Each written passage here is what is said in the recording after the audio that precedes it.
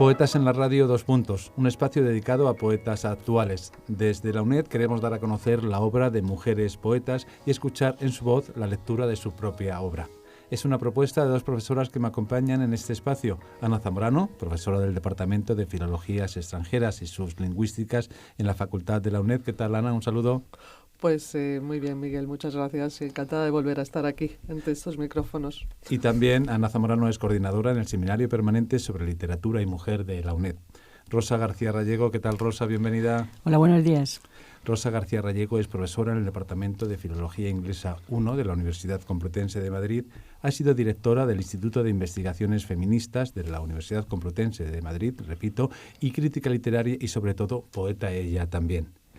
En el espacio de hoy, Poetas en la Radio 2 Puntos, tenemos con nosotros a Esperanza Ortega. Esperanza, un saludo y muchas gracias por aceptar esta invitación. Hola, buenos días. Esperanza Ortega es escritora y profesora, poeta, como no. Ha publicado poesía y narrativa, además de realizar antologías y estudios críticos, generalmente en el ámbito de la poesía clásica y contemporánea, ¿es así? Sí. Bueno, luego matizaremos muchas más cosas. Pero quiero destacar su labor como poeta y por eso su presencia en este espacio dedicado a la poesía en la radio. Rosa García Rallego, te paso el testigo a ti. Muy bien. Pues Esperanza Ortega nace en Palencia en 1953. Es escritora, profesora, traductora y ensayista. Además de poesía, ha publicado narrativa, Las cosas como eran, en 2009. Ha realizado antologías, entre ellas Calamidad Hermosa, dedicada a la obra de Francisco Pino en 2010, y estudios críticos, generalmente en el ámbito de la poesía clásica y contemporánea. Destacamos entre ellos una biografía novelada del poeta Garcilaso de la Vega en 2003. Perteneció al Consejo de Dirección de la revista de poesía El Signo del Gorrión, junto a Alvido García Valdés, a quien hemos tenido también como poeta invitada en esos programas. Su obra poética ha sido antologada en numerosas ocasiones. Sus poemarios, Algún día, 1988, Mudanza, 1994, Hilo solo, Premio Gil de Viezma, 1995, Como si fuera una palabra, 2002, Poema de las 5 estaciones, 2006. Una selección de sus poemas se halla recogida en la antología La mano sobre el papel, 2010, que además incluye Y otros poemas, 2006-2010, inéditos a modo de epílogo, así como un texto en prosa, también en forma de epílogo. La profesora y crítica literaria Catalina Montes ha destacado que la poesía de Esperanza Ortega tiene como ámbito ese espacio de sombra que es la frontera entre lo que llamamos realidad y el sueño, y que su poesía tiene como referente no tanto el poema mismo como el proceso de creación del poema, algo mucho más abstracto. Así, el tono especialísimo de esta poesía ya fue resaltado por esta crítica, quien afirma que cada uno de los poemas de Esperanza Ortega son una reflexión sobre el enigma, sobre el misterio de lo poético, y por eso el desdoblamiento de su voz poética, su interpelación continua, es una muestra de la incertidumbre, del proceso, de la sorpresa, a veces del desvelamiento, del alumbramiento. Las acertadas palabras de Catalina Montes se ven refrendadas por la poética que precede a La mano sobre el papel, poética con la que la propia autora abre esta antología. En ella nos habla Esperanza Ortega de Genoveva de Brabante, que transformaba los desperdicios acumulados en su delantal en flores. El milagro de los mendrugos convertidos en flores, como ha señalado el crítico Jaime Parra, viene a ser la conversión de lo cotidiano en prodigio. Es en el gesto de abrir el delantal donde Esperanza Ortega alcanza a ver el sentido de lo poético y afirma la poeta. Poéticas no son las flores, ni el prodigio que las suscita, ni siquiera el asombro consiguiente. Poético es el gesto insignificante y poderosísimo de abrir el delantal. Poético es el temblor de la mano, su carga de esperanza y de temor a lo desconocido, instante fugaz que se reitera y anula así los otros gestos, los no concertados. Esperanza, tú ha comentado en este sentido que en tu poesía todo, hasta lo más cotidiano, puede ser materia para el poema, pues la cuestión estriba, según Plesa, en la mirada, en un delicado modo de mirar al mundo. Sería atrapar el instante, un segundo de luz y paraíso. ¿Es así, Esperanza, como sientes el proceso de creación? Yo no creo que solo sea específico de mi poesía, ¿no? Fíjate que cuando habláis de Genoveva de Brabante, de el gesto de abrir el delantal, lo que ella recoge en el delantal, que por cierto se lo prohíbe el rey, el reino, ¿no? La ley, son los desperdicios del banquete. Genoveva de Brabante es como una espigadora, ¿no?, que va recogiendo lo que nadie quiere. Y eso es la materia, generalmente, por lo menos de la poesía tal como yo la concibo.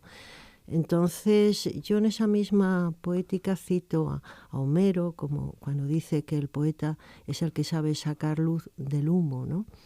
O sea, que en realidad esa transformación, esa metamorfosis que tiene que haber, yo creo que en toda obra artística, ¿no? Entonces no se necesitan hechos extraordinarios, ¿no?, para escribir un poema, sino todo lo contrario. Lo que hace el poema es convertir en extraordinario lo que era ordinario y común, o lo que desea hacer, claro. Jaime Parra ha definido la poesía de Esperanza Ortega como poesía esencial, siguiendo una tradición de laboriosidad que mantiene lo personal, como en la obra de Emily Dickinson o William Carlos Williams. Los versos van avanzando, los sintagmas, las palabras, formando unidades a partir de lo insignificante, creciendo a partir del asombro, hilando sobre lo ingrávido, tejiendo, como dice Eliade, que se tejen las cosas, y también la vida, que es un hilo, pero sobre todo tejido. Obra, mundo, universo. Se hace la obra, la vida. Hilos y también tijeras, ovillos, nudos. No con lo que ve, sino con lo que imagina. Como se opera con palabras. Finaliza Jaime Parra. Labor atenta de hilo solo. Sigues tejiendo tu tapiz indócil. Ese que no se ve ni engaña su hermosura a los reyes sedientos. Una puntada aquí, en el quicio oscilante donde ayer escondías los más frescos racimos. ¿Qué será de tus manos que palpan los tesoros en los pliegues? Acaba ya esta labor de sombras. Reconoce, vencida, que únicamente ofreces hilo solo y que tu desnudez ha naufragado sobre un océano sin límite. Pero esta voz, ¿de dónde? Vuelve cada mañana con su rama de olivo. Encuentro la belleza de la imagen de ese tapiz indócil. Encuentro que atrapa y reverbera significados diversos, muchos, bajo mi punto de vista, relacionados con la mujer y la creación artística. Trae esta imagen de tapiz indócil pues a la imagen del mito de Filomena, hermana de Procne, que Filomena, bueno, pues así contándolo muy, muy rápido, es violada por su cuñado y se le corta la lengua y entonces ella cuenta lo que le ha ocurrido con un tapiz. Pero también, claro, Penélope, ¿no? Y ese tejer constante que hace que pueda mantener a los cortesanos, a los hombres que la están cortejando, pues que los pueda mantener apartados. Entiendo que texto viene de texere, ¿no? Que texere es en latín, significa tejer, es en hilo solo, ¿no? Toda esta cuestión. Y bueno, también viene a la cabeza una tradición de los Estados Unidos, donde las mujeres hacen lo que se llama los quilts, el quilting, ¿no? Que existe hasta el verbo, y es, bueno, pues estas colchas que se cosen y cada persona, cada mujer que aporta pues un pedazo de la colcha tiene una historia. Entonces, una forma de contar historias dentro de estas colchas. Todo esto en realidad para decir que quizá el texto poético entonces se encuentra en búsqueda de una tradición femenina, quizá, no sé, Esperanza, ¿qué puedes comentar a este respecto o no? Bueno, en principio ya te agradezco mucho todo este comentario que has hecho sobre mi poema. Cada vez que alguien me hace estos comentarios, ¿no? Pues siempre me enriquece, ¿no?, mi visión. Sobre todo, no había pensado en lo del texto y el tejido, efectivamente. Yo no había pensado en eso. La verdad, yo puedo comentar este poema, sé claramente, dicen que soy muy hermética, pero yo desde luego entiendo claramente de dónde parte este poema, lo que he querido decir. Eso no quiere decir que controle todo lo que dice, sino lo que yo quería decir. Puedo explicarlo, pero es como explicar un poema es como cuando un médico coge un cadáver y le disecciona, ¿no? Yo lo puedo explicar, pero el poema vivo es el que suscita todos esos comentarios tuyos de los que yo pues no había pensado. De todas formas, como juego, pues lo voy a hacer. Este poema parte de una anécdota personal, íntima, de mi primera infancia, de mi primerísima infancia. Precisamente lo cuento en Las cosas como eran. Como de pequeña yo tenía hermanas, entonces parecían mucho más mayores que yo, porque tenían 5 o 6 años más, y entonces ellas tenían sus costureros con sus hilos, sus tijeras, cosían sus trajes para las muñecas. Como yo era mucho más pequeña, debía tener como 3 años, a mí solo me daban hilo y me daban telas y no me daban tijeras ni agujas. Con lo cual, pues yo imaginaba los vestidos, les ponía encima del muñeco, pero cuando lo levantaba todo se me caía. Como lo hacía una y otra vez, pues decían, ay, mira cómo le gusta a la niña, cómo se entretiene. Y venga, me daban más telas y más hilo. Yo la verdad es que lo pasaba fatal, pero no sabía cómo explicarlo, ¿no?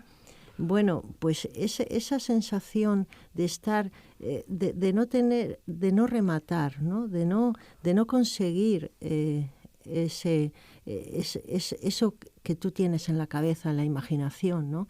Y que luego se te va, se te desmorona. Es lo que yo siento siempre con mi poesía. Por eso digo que siempre naufrago, ¿no? Entre un océano sin límite. Pero a la vez hay algo que... Entonces lo normal ante ese fracaso sería dejarlo, ¿no? Realmente, pues, si no consigues lo que quieres, ¿qué haces ahí? Sin la aguja, ¿no? Claro. Constantemente. Pues es que me ocurre un poco como la historia de Noé cuando iba en el arca, que todos le decían no hay ya tierra, ¿no? Sigue lloviendo, no, la tierra ha desaparecido. Y entonces, ¿qué es lo que le dijo a él? Que sí había tierra, aunque no se viera, pero había tierra cerca. Pues un pajarito, ¿no? Que volvió con un ramo de olivo en el pico. Entonces por eso dije, pero esta voz, ¿de dónde? Vuelve cada mañana con su rama de olivo. La gente que, tiene más que ver que ver esto con la Biblia que con la mitología griega. De todas formas, otra persona como tú, igual de amable, pues me decía el otro día que me hablaba del hilo de Ariadna, que era el hilo de la voz. Que eso aparece en un texto de Pascal Quinar que he leído. Y entonces eso me ha encantado, ¿no? La verdad, me ha encantado esa idea, porque ese hilo en realidad es la voz del poema, es eso que escuchas, ¿no? Es eso que, por una parte, nunca llegas a atrapar del todo, pero por otra parte sabes que está ahí y que conduce a lo realmente importante, a la poesía. Pues Catalina Montes menciona una serie de voces críticas que ayudan a esclarecer la poesía de Esperanza Ortega. Cita, por ejemplo, a Javier Lacheras, que ha destacado vivencias, imaginación, mudanzas, avances, esperas, renuncias, complejidades tras aparente sencillez, y también se ha referido a los puentes que crean las palabras, los secretos, los muros, las súplicas y a las preguntas, que son constantes a lo largo de la obra poética de Esperanza Ortega. ¿Qué desea la rosa? Su pétalo de oro. ¿Qué desea la mano? Otro dedo invisible. ¿Qué desean los ojos? El brillo del silencio. La lentejita blanca y la estrella negruzca, el beso del lagarto, la voz entre los juncos, silbando, allí desnuda. ¿Quién? ¿Quién es? ¿Quién los desea? Están en una barca, inmóviles y huérfanos, esperando a que crezca el árbol del deseo. Gustaría, Esperanza, en fin, que nos explicaras un poco, no el poema ya, que ya, sino estos puentes que crean palabras a los que se refería Rosa, este concepto, ¿no? de las palabras como puentes, como... Bueno, la palabra siempre es un puente, ¿no? Sí. Entre el significante y el significado, ¿no? Sí. Y sí, es lo que pretende el poeta, ¿no? Acceder siempre hay una relación entre la poesía y la vida, ¿no? Entonces lo que desea el poeta por medio de la palabra es aunar esos dos, hacer vida, ¿no? del lenguaje, convertir el lenguaje en algo vivo. Eso es lo que pretende la palabra poética, o lo que pretende el poeta con sus palabras, mejor dicho. Porque normalmente el lenguaje que utilizamos, el lenguaje muchas veces que vemos en los medios de comunicación, es un lenguaje que no tiene ningún significado vivo, humano, ¿no? Entonces, devolverle al lenguaje esa significación auténtica. Y en ese sentido, la palabra poética sería el puente entre el lenguaje manipulado y la vida. Pues precisamente en ese punto concreto tenemos una parte de la crítica. Michael Mudrovic, refiriéndose Esperanza a tu poemario y lo solo, menciona que vas construyendo tu mundo poético de forma similar a cómo se maneja la adquisición del lenguaje para organizar el mundo. Así, palabras, frases cortas, estrofas que van culminando en secciones y acaban en la unidad poética. A este crítico Michael Mudrovic, así como a Víctor García de la Concha, tu poesía le sugiere construcción, pero a García de la Concha con elementos más que lingüísticos, simbólicos. Otro crítico, Tomás Sánchez Santiago, coincide con Mudrovic en que la relación con la lengua es nuclear en tu poesía, pero no ve esa relación conducente a la construcción del poema, sino como conflicto que conduce más bien a la deconstrucción y a la invertebración, que estaba un poco relacionado con lo que comentábamos, pero en fin, ¿qué nos dices de esto? Bueno, yo es verdad que si lees mis poemas, quizá también por la ausencia de signos de puntuación, ¿no? Pues algunos lectores dicen que se pierden un poco leyéndolos, ¿no? Bueno, eso no está mal, que te pierdas un poco. Yo digo que los versos a veces están un poco como dislocados, ¿no? Están en su sitio, yo pretendo que estén en su sitio, pero hay entre ellos una tensión, ¿no? Una tensión extraña. Entonces, ¿cómo pero? ¿Destruyendo o construyendo? Pues no lo sé, yo creo que son los dos movimientos a la vez y creo que toda la poesía, desde el golpe de dados de Mallarmé, pues eso es lo que sucede, ¿no? Cuando Mallarmé tira las palabras sobre el folio como los dados de una, ¿no? Es el azar el que destruye el texto formado, esa textura ordenada, pero para que haya realmente poema, lo que tiene que ocurrir es que al caer esos dados en el texto, operando incluso con el azar, en esa destrucción y en ese riesgo también de perderlo todo, pues luego veas que ha surgido una nueva figura, ¿no? Que el resultado implica una nueva figura, una figura que tiene que interiorizar el caos, ¿no? Y vivimos en un mundo donde eso es a lo único que podemos aspirar, a que a través de ese caos, y muchas veces nuestras acciones son así, también impulsivas, pues consigamos, ¿no? el crear algo hermoso o algo digno, yo digo, de ser guardado, ¿no? De ser, no sé, respetado, ¿no? Y eso es lo que pretende ser el poema. Muy bien. Pues la poeta Concha García, con quien también hemos dialogado en estos programas, ha destacado la importancia de lo cotidiano en la poesía de Esperanza Ortega. Objetos cotidianos como el jarrón de las flores marchitas, el sombrero, el aparador, el reloj, la mesa, la chimenea, la percha, la lámpara, escaleras, puertas, todos ellos materiales domésticos que se hallan presentes a lo largo de su poética, dando grandeza a los gestos intrascendentes. Y Víctor García de la Concha, en este mismo sentido, va más allá cuando afirma que a lo largo de los poemas va construyendo un tratado de sensibilidad que se orienta hacia la valoración de lo pequeño, el desprecio del poder y de la fuerza, la solidaridad con los débiles. El tema de la puerta, como elemento cotidiano, adquiere quizás una significación especial. Tú misma, Esperanza, nos dices que la poesía siempre te sitúa al lado de una puerta que está a punto de abrirse. Es anuncio, es promesa, siempre estás en el inicio. Sí, estoy totalmente de acuerdo. Y yo, para explicarlo, pues suelo citar una jarcha, la más sencilla que conozco y seguramente uno de los textos más antiguos en una lengua romance, ¿no? Que dice: ¿qué faré, mama? El meu habit es asiana. O sea, ¿qué haré, madre? Mi amigo está a la puerta. Es tan sencillo como eso, pero fijaros todo lo que sugiere, ¿no? Sugiere que hay todo un mundo detrás de esa puerta, ¿no? Y que ese es el momento de abrirla, y ese es el momento de la incertidumbre, del deseo absoluto de abrirla, pero a la vez del miedo, ¿no? Entonces, eso es lo que se siente ante, yo creo que no solo ante la poesía, ante cualquier arte o cualquier momento, algo que sea realmente decisivo en tu vida, ¿no? Y entonces es que los poemas, para los que queremos escribir poesía, son algo decisivo. Estamos en un trance importante para nosotros. Hay gente que no le da ninguna importancia y no lo entiende, pero para nosotros la tiene. Y entonces sí, esa puerta es lo que te comunica con el mundo y con la creación. Y lo que decías antes de las cosas pequeñas, pues efectivamente es lo mismo que decía antes de los mendrugos de pan que llevaba Genoveva de Brabante. Sí que quiero decir, porque veo que os interesa el asunto de qué es lo femenino en la poesía, se ha identificado muchas veces lo femenino con ese mundo de lo pequeño, ¿no? El jarrón de las flores marchitas, la niña que llega del colegio, tal. La verdad es que en mi poesía hay mucho de eso, porque realmente es que he vivido en ese mundo, ¿no?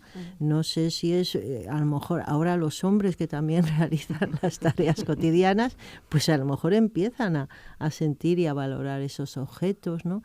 Yo me he sentido bien en ese mundo de lo pequeño, la verdad, y no, o sea, no lo rechazo. Sí, pero siempre siendo consciente de que había otro mundo que era el del poder, que era el de lo masculino, ¿no?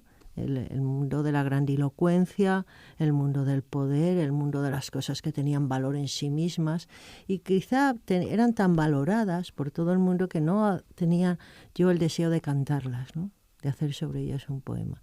Precisamente se hacen poemas, yo creo, sobre lo que nadie valora, sobre lo que puede perderse, y tiene una belleza que el poeta no quiere que se pierda. El amor es un tema muy presente en todos los poemarios de Esperanza Ortega, desde el primero, Algún día. En este hallamos el amor a sus hijos. Hay 2 poemas dedicados a ellos, Manuel y Elisa respectivamente. Elisa Martín Ortega, ahora también poeta. También el amor es la copa compartida, el lino de las sábanas, el hueco, las huellas en el mantel. Es importante, es verdad. Y quisiéramos parar un momento y que nos comentaras, por favor, esta idea, el concepto del amor en tu poesía. Un poco lo hemos estado claro, viendo. Hombre, más que el amor aparece más que como un concepto, como una realidad, como la vida misma, ¿no? Entonces, ya en Algún día, pues aparece ese poema que dice: en la cúpula del Duomo, la luz diáfana, nunca me he sentido más plena, más sostenida por unas manos invisibles, ¿no? Sí. Pues ese claramente es un poema de amor, es un poema de encuentro, ¿no? De enamoramiento. Hay otros que hablan de la espera, de la separación, hablan también de la muerte del amor, o de, por ejemplo, ese poema en el que el amor es un cachorro que está muriendo, ¿no? Al que se cuida, ¿no? Al que se acaricia su pálido pelaje para que no se muera así de solo, ¿no? Que es otra forma de amor. El amor también es ese beso que se da uno para no separarse, ¿no? Creo recordar. Entonces, no sé, por eso digo que hay distintas situaciones. Distintos matices. Está la nostalgia, está la soledad, está el deseo, el recuerdo, ¿no? Sí, sí. Pero desde luego el amor siempre aparece. Bueno, y luego el amor a los hijos, efectivamente, aparece en toda, yo creo que en la poesía de casi todos los tiempos. El amor a los hijos no aparece tanto, y la presencia de los niños hasta ahora no aparecía tanto porque casi todos eran poetas hombres y ellos no hablan de eso. No sé por qué, pero no hablan de eso. Las mujeres hablamos de lo que nos concierne. Pues efectivamente, en esto que estás comentando, en el primer poemario, Algún día, es un poemario muy bonito, pues también Tú misma has dicho que hay espera, hay incertidumbre, hay soledad y hay una gran dosis de deseo. También quería yo destacar ahora, pues esta breve introducción, ya con el tiempo un poco encima, cómo el sonido, por ejemplo, es un campo muy interesante y que habita mucho en tu poesía. Hay voces, hay ecos, hay susurros, hay gemidos y hay silencio. También el ritmo, lógicamente, es un ritmo cuidadísimo. Tú misma decías la falta de puntuación. Este ritmo se manifiesta, bueno, en todos, pero quizá en como si fuera una palabra. Incluso la voz, ¿no? El puente de la voz eleva el mundo, nos dices en como si fuera una palabra. También el tacto adquiere un significado importante en tu poesía. Asimismo, componentes auditivos y visuales. Estos últimos se aprecian en la disposición de algunos de tus versos y es la mano sobre el papel la que atrae la luz, como en la cita de Sor Isabel de Jesús, 1568-1648, que abre esta antología en la mano sobre el papel y con la que nos gustaría finalizar esta aproximación a tu obra, Esperanza. Dice así la cita que eliges de Sor Isabel de Jesús. Veo de ordinario una luz hermosa cuando estamos escribiendo, manifestándose esa luz unas veces sobre la mano, que parece da muestras de que la rige. Otras veces se manifiesta sobre el papel, junto a lo que va declarando la pluma. Otras veces la veo sobre lo que ya queda escrito, algo desviada de la pluma, y otras veces veo un ángel. Así, y en palabras del crítico Túa Blesa, con la mano sobre el papel, Esperanza Ortega nos regala, más que una selección de su obra, un libro nuevo, poético de principio a fin, y con sus propias palabras, digno de ser guardado por los ángeles. Muchas gracias, Esperanza. Gracias a vosotros. Te hemos pedido, Esperanza, una lectura de poemas y tú misma has sido tan amable de adelantarnos que leerás Poema de las 5 estaciones del año 2006, incluido en la antología a la que hemos hecho referencia. Hemos leído también en una entrevista que realizaste con Francisco Javier Sancho Mas, titulada Pláticas con Esperanza Ortega, que la 5ª estación, esa que está fuera del tiempo, remite al origen y al jardín del paraíso, tiempo y espacios fundidos en una realidad invisible, en tus propias palabras. ¿Tendría que ver esta 5ª estación pues con la poesía? Sí, efectivamente. Son las 4 estaciones, primavera, verano, otoño e invierno, y luego otra estación que está fuera del tiempo y que no se sitúa en ningún espacio en concreto, ¿no? Y que es precisamente ese lugar o ese tiempo que al que remitía en Hilo Solo cuando decía que esta voz de donde vuelve cada mañana con su rama de olivo. De ahí es la estación donde crecen estas ramas de olivo.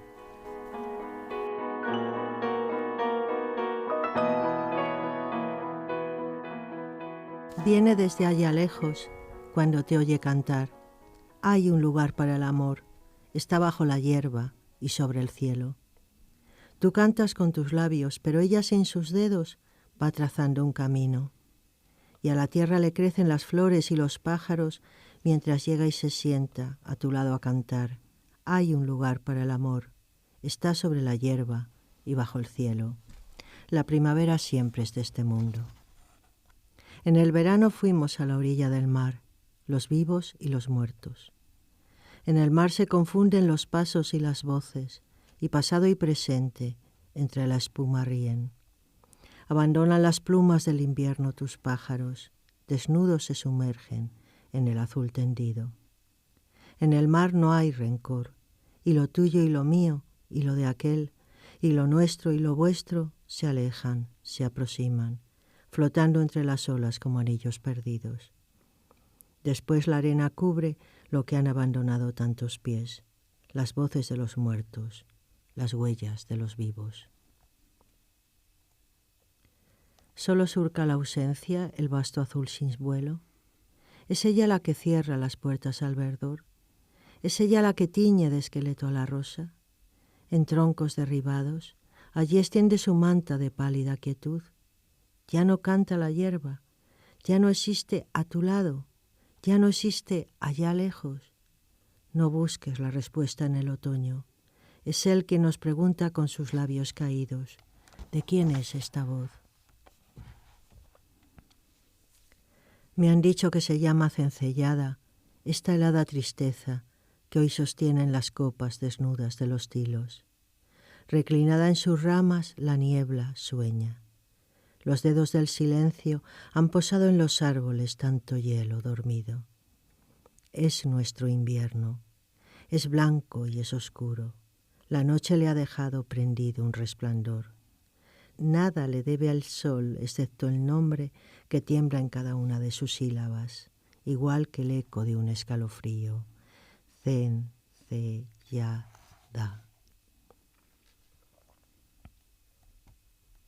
No hay trino en esos pájaros. De un cielo detenido escuchan el silencio con las alas plegadas. Sol y nieve se arropan en los brazos del tiempo.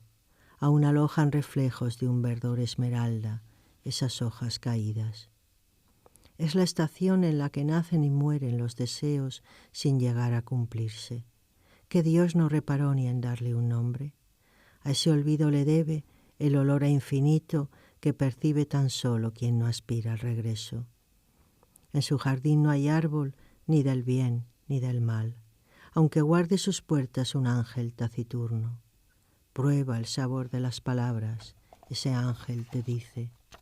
Muerdes una de ellas, la que el ángel te tiende.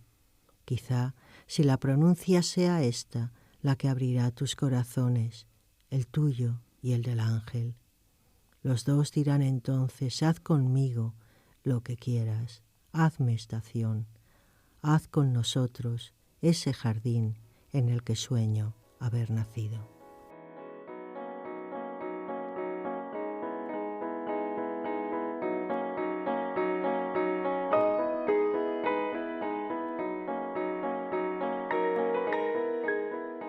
Muy bien, pues muchísimas gracias, Esperanza Ortega, escritora, profesora y sobre todo poeta. En su poesía construye un tratado de sensibilidad a través de las cosas pequeñas, cotidianas, a través de esas cosas que se valoran poco, pero que a Esperanza Ortega le lleva a la solidaridad con los débiles. Y me quedo con uno de sus versos: la primavera siempre es de este mundo. Muchas gracias, Esperanza Ortega, y sobre todo gracias a las profesoras que se dedican a hacer este tipo de programas, porque yo creo que dan voz y dan perpetuidad a la obra de poetas excelentes que conviene que los estudiantes y no estudiantes, todos los oyentes, tengan presente. Ana Zamorano, que es profesora del Departamento de Filologías Extranjeras en la Facultad de Filología de la UNED, y Rosa García Rallego, profesora de Filología Inglesa 1 en la Universidad Complutense de Madrid y poeta ella también. Muchas gracias y nos vemos en otra ocasión cuando queráis. Muchísimas gracias. Pues muchas gracias y gracias, Esperanza, de verdad. Ha sido un placer. Gracias a vosotros.